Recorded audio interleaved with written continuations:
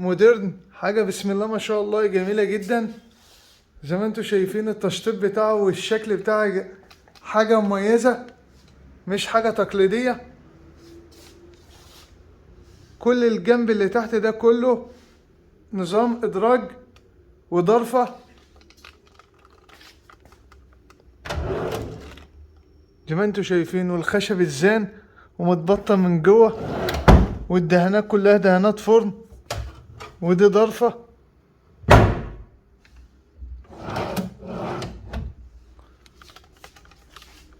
وزي ما انتوا شايفين ده النيش، مساحته بسم الله ما شاء الله كبيرة جدا، ومعمول فيها الظرف في الليد، الغرفة في الليد زي ما انتوا شايفين.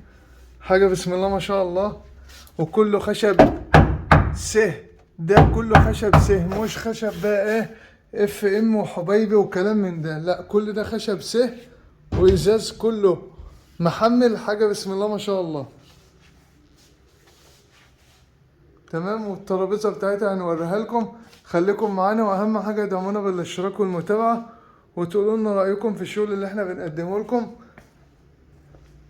وزي ما انتوا شايفين ده النيش والترابيزة بتاعته اخده نفس الشغل بالظبط، يعني اخده نفس الشغل اللي معمول في النيش ومعمول فيها بيت النور.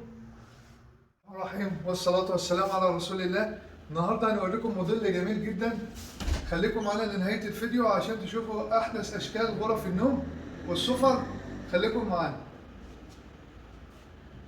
دي اوضة النوم الملكة، حاجة بسم الله ما شاء الله مميزة جدا. خدوا بالكم من التفاصيل اللي هنقولها لكم النهاردة في الفيديو.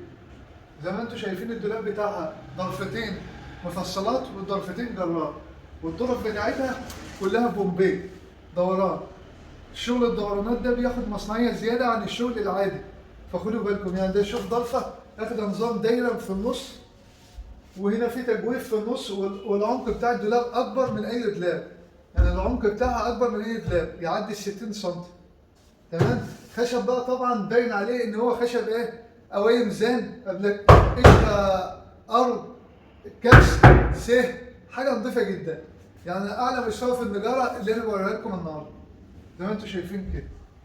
ودي مطعمه بالاستانلس. تمام. والضرفه واخده نظام البومبيه، حاجه بسم الله ما شاء الله. والضرفه الثانيه نظام جرار. تمام. هنا في ضرفتين رفين. تمام. وتحت ايه، وتحت علبه ادراج ايه، وتحت علبه ادراج مش جوه الدولاب، احنا عاملينها بره الدولاب. فالدولاب ده بسم الله ما شاء الله لو عندكم مساحه تخزينيه، ده مساحه تخزينيه ممتازه جدا زي ما انتم شايفين كده. والضرفه الثانيه بتقفل. تمام. وده الكومودينو بتاعه برضه اخد كل برضه نظام دورانات. كل الحاجات دي بتفرق في المصنعيه. الخشب الزان، خشب زان بوصه، حاجه بسم الله ما شاء الله عمليه جدا زي ما انتم شايفين. والنوم الصغيره دي النوم الكبيره، الدولاب بتاعها 2 متر. تمام. بيبقى الدولاب 3 ضرفه، وفي موجود منها المتر ونص.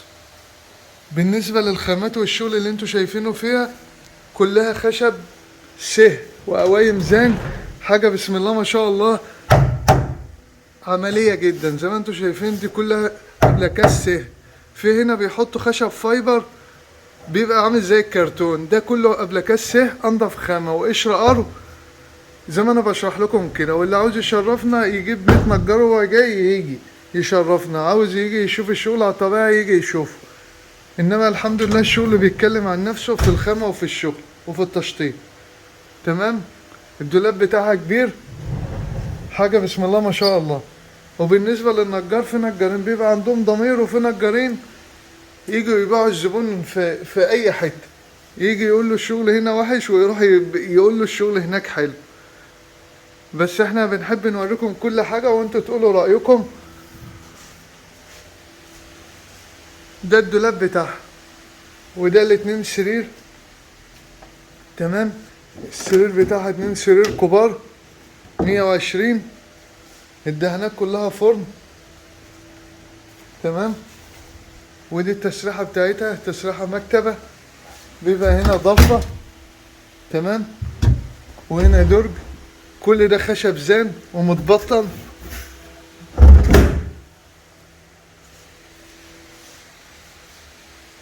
ودي غرفة نوم شباب أطفال، برضو شغل مميز جدا. بسم الله ما شاء الله، من الغرف المميزة جدا.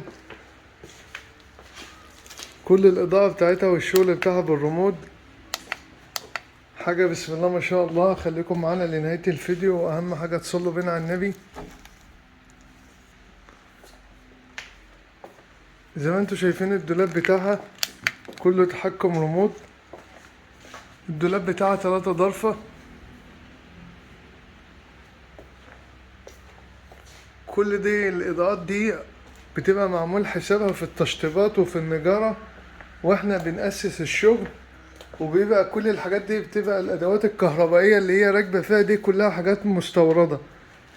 دايرة الرماد، الإضاءات، الاستانلس، الحاجات دي كلها بتبقى حاجة عملية جدا، حاجة بسم الله ما شاء الله زي ما انتوا شايفين كده.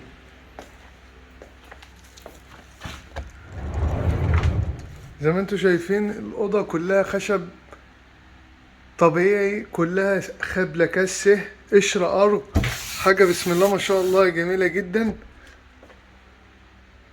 ما بنحطش جوه الخشب بتاعنا خشب فايبر او خشب كونتر، كله ابلكاس سيه فنلندي، ده انضف خامة. والقشرة الارو انضف من الدولاب اللي هو بيبقى مدهون من الداخل، يعني ساعات بيعملوا الشغل يدهنوه من الداخل، ده بيبقى الريحة والشغل ما بيبقاش عملي، بعد فترة بتلاقي كل ده بيعيد. انما القشرة هي اللي طول عمرها بتبقى عملية في القلب الداخلي من الداخل، وبيبقى فيها المصنعية وفيها الشغل. والضرفة في النص بيبقى فيها نظام الإضاءة زي ما انتوا شايفين، هي نظام مكتبة. تمام.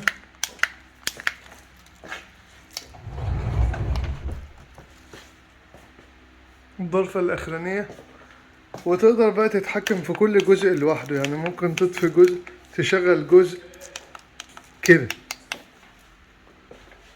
وده السرير بتاعها مطعم بالتنجيد الكابوتينيه، حاجة بسم الله ما شاء الله.